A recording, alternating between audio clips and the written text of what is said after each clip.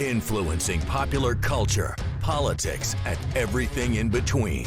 The local station takes you ringside as we discuss the crazy world that is professional wrestling. This is Going Ringside with The Local Station. Well, we're excited to be joined again, by Blake Monroe. Blake, thank you for joining us on the show today. Of course, thanks for having me. A lot of changes in your life. You were new to NXT, a lot of excitement. Talk to me about everything going on in your world right now. I mean, it's definitely been a huge change. Obviously, I've been an Orlando girl since I moved to America, but to join WWE, which is the biggest wrestling company in the world, and the fans are loud, and there is a lot of them, and kind of experience just the WWE universe has been amazing. So it's definitely very exciting. It's definitely a huge change, but I feel like I'm rolling with it. I talked to you a long time ago, and I think you had told me WWE is a dream. That is the mountaintop.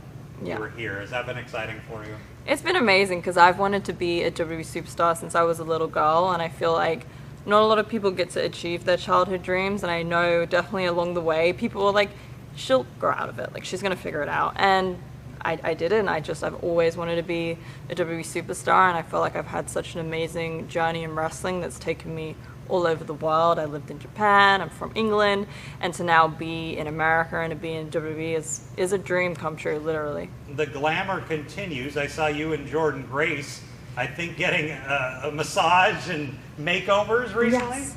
Yeah, I mean, if everyone is free afterwards, we can all go. You know, that's my day out, is going to the spa, we get our nails done, get a little massage, get a makeover. So you are here now, and there was a lot of talk and a big unveiling, Blake Monroe. Mm-hmm. Can you say anything about that, or that name? So Blake is actually my niece's name, and she's just everything I feel like I was as a kid. I just see it in her, and I see that childlike wonder, and I feel like it was just the perfect name to choose. And then Monroe was actually the first wrestling name I ever chose, and then I decided to just use my real name. I wondered, is it a throwback to Marilyn? I don't know why I came up with it. I have it in a notebook from before I had my first match. So it's not necessarily a Marilyn Monroe throwback? I mean, maybe that's what I was thinking at the time.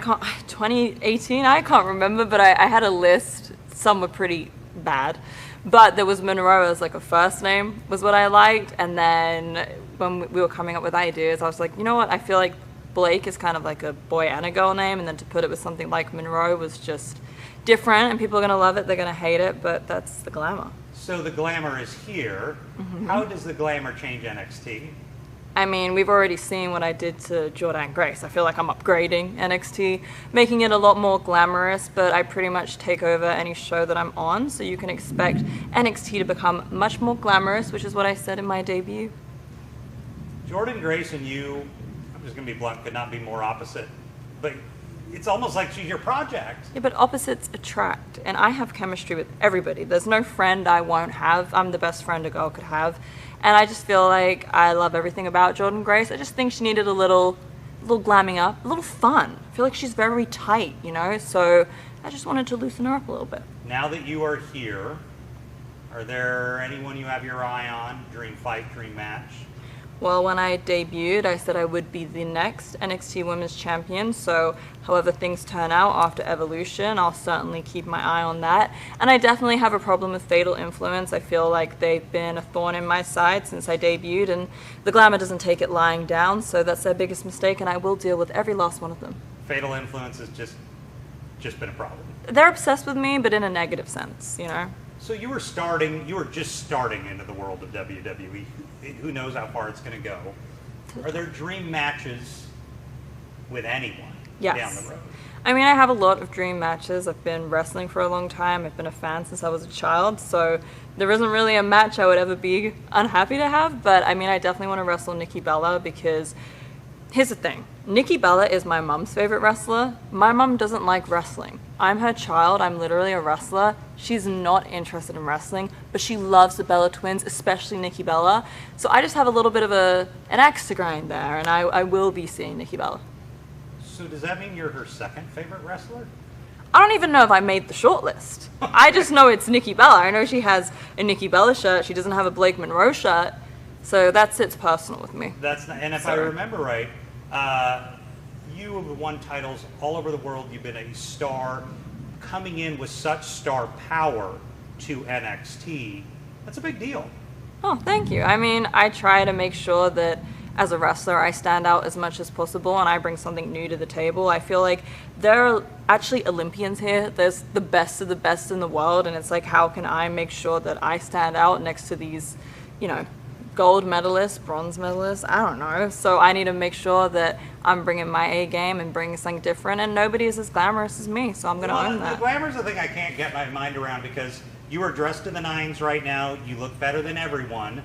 But then you have to go fight someone in a ring. Mm-hmm. That dynamic always just seems odd. You're going to mess up your hair. You're going to break a nail. You're saying my hair looks bad after I wrestle? Is that what you're telling me? I have not. I'm just saying in the hypothetical. I think it looks better than yours, to be honest with you. Very true. No, I like that. I feel like when I actually started wrestling, especially in the UK scene, everybody is pretty emo and grungy, which is cool, but they all wear black and studs, and it's not for me. You know, I like it, I see it, it's not going to be me, and everyone tried to change the way that I was, and I came out to an Ariana Grande song for my entrance music. I wore pink, and I feel like people liked it because you could tell I was just being myself.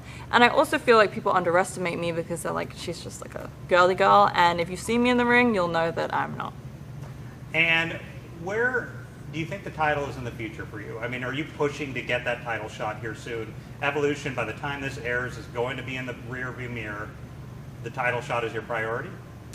My goal is to make NXT all about the glamour, whichever way that happens. I know that we have the North American title, we have the women's title, and I have my eye firmly on both, but right now my primary goal is dealing with Fatal Influence, and once I'm done with them, we'll see where the chips fall, and I'll make my move. Well, the person who's influenced this is the boss, and that would be Ava.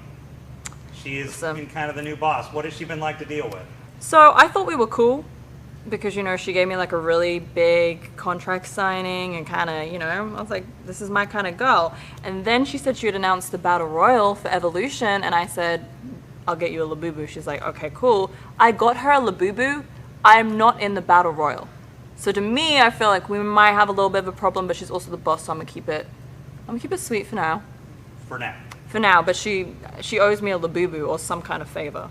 So you were an Orlando girl. You're a Central Florida girl, but not originally from here. Talk to me about being acclimated to being I don't know if I like Central Florida girl. I feel like it reminds me of like Florida man. And if there's a Florida man in the news, it's never good. But so I am a London girl, but Orlando is my home ever since I moved to America a few years ago now. It is my home and I love it, apart from the thunderstorms, which we're kind of having right now. It is great. It's sunny. There's lakes. There's, you know, a great life. The roads are really wide, so if you're like me and not the best driver, it's ideal. I can't really park a car, but luckily here the spaces are like for 2 cars. I'm still wonky, but I'm in there, you know? Blake, so you have become the face, the glamour in NXT. Talk to me about your impact and the excitement of coming to the new company. I mean, I think the exciting thing about WWE, and especially NXT in particular, is you never know what you're going to see when you tune in. Like I said, we have Olympians, but we also have wrestlers from Japan, from Mexico, from England. I feel like they just look all over the world and bring in the very best, so it's always exciting to see what impact they'll make, and I made it very clear what my goal was on my debut. I said I am the next NXT Women's Champion, and this division is going to get more glamorous. And if you tuned in, you'll see that I made Jordynne Grace, who's, you know, a juggernaut, or my muscle muffin as I called her, much more glamorous, and I intend to do that to the entire division. Being so glamorous, the hair, the nails, the clothes, but still having to get into a wrestling ring and get into fights once a week. I just feel that girls all over the world can relate. I mean, when we go out, we're dressed to the nines, we have our nails on, our hair, our lashes, and you don't know if someone's going to test you. And so I think it's very relatable. Just because we have our claws, they actually are a help, you know? I feel like maybe my finish should be just a swipe, but just because I'm glamorous, don't underestimate me. And if you do, then that's part of the charm, because when my knee is in your face, it'll be a different story. You have been wrestling for several years. How are you physically doing? I'm fantastic. I feel like I'm at the top of my game. I'm at the Performance Center, and we put a big emphasis on the recovery of the athletes, and to be able to receive this kind of training. I mean, my journey is doing the independent circuit in the UK and Europe, wrestling in Japan. I've had an amazing experience, but I've never ever had access to the kind of training and facilities they have at WWE. So to be able to just get that one-on-one personal training and recovery and medical is just, the Glamour's on top. She's on her A game. Well, Blake Monroe, it's been an absolute pleasure. Thanks for joining us on the show again. Thanks for having me. Well, now let's turn it over to a friend of the show, Desiree Joseph, with the Shoots and Ladders podcast. And I was sitting here, Blake Monroe, not Mariah May. Are you having that struggle too? I'm getting better, but I still say Mariah May. So you were there as we talked to Blake. What were you thinking? I know you were marking out off camera there throughout this. I was super cool, super cool. You were trying, but you ran to get a picture. You didn't try and get a picture with any of the other NXT stars on your own. But when Blake Monroe walked in the room, you just went up. I didn't want to step on any toes, but I had to jump on it because she was walking away, and that was my chance to see her. Chance, and you'd wanted to see her at River City Wrestling Con, but I think that in St. Augustine for out of the area viewers. But she was supposed to be there, but like we learned right before it, she'd signed with WWE. It was literally the week before that she signed, or at least made her appearance on NXT, and then we're like, oh no, she's probably not going to be here. So what do you think of her? She comes in with huge name recognition in the wrestling world. Oh my gosh, I absolutely adore her. She is just so talented in the ring. She's only been active in the States for 2 years. So we had her on as Mariah May months ago, and off camera, I kept saying to her, well, on and off camera, I kept saying, you're a big celebrity. She got really self-conscious, said, I'm not that big of a celebrity. I'm not that famous. It's happening for her. She is so loved by so many. And, she's beautiful, but she is so strong. She's great on the mic. She has that special something that not many people have. Were you surprised they brought her to NXT? No. I don't think so. Why? Because it was weird to me. She was world champ at AEW, and I understand the AEW dynamics. Yeah. But she was the face of the company in some respects. She was running that for a good 6 months as the title holder, and you know what? With NXT, I don't think she's going to be there very long. I will be honest. So I think it's a good starter. Let's get her name in there and then switch. Do you think it gave an infusion? Because NXT needs ratings. Yeah, they do. I mean, it's not just, we often think, we got to get them to SmackDown or Raw. NXT is a property of WWE that they need to make money. So do you think that part of the reason to bring her in was just to add more star power to the show? Yeah, it was one of the smartest things that they could do. They jumped all over it. Why do you say that? Because she was at the top of her game at the time back in early this year, and then she disappeared, and we all knew her contract was ending, and it only made sense for her to jump ship. And with her being so popular now, why not bring her now? So do you think Jordan Grace had anything to do with it? Because they're a good feud because they're opposites. Yeah, I can see it. It would be nice to have that very feminine, girly girl go against that monster of Jordan. One of the weird things I asked her about was, I didn't quite know how to ask the question. You're so glamour, but your job is fighting people in the ring. And she kind of said, the claws come out when they need to. That's what I love about her. She is so pretty. She is beautiful. But with AEW, when she had blood all over her face, she was gritty. She would drop kick you in the face. She was dirty. The Hollywood ending with Toni Storm was a gruesome match. It's one of my favorite feuds for the past couple of years. Amazing, such chemistry.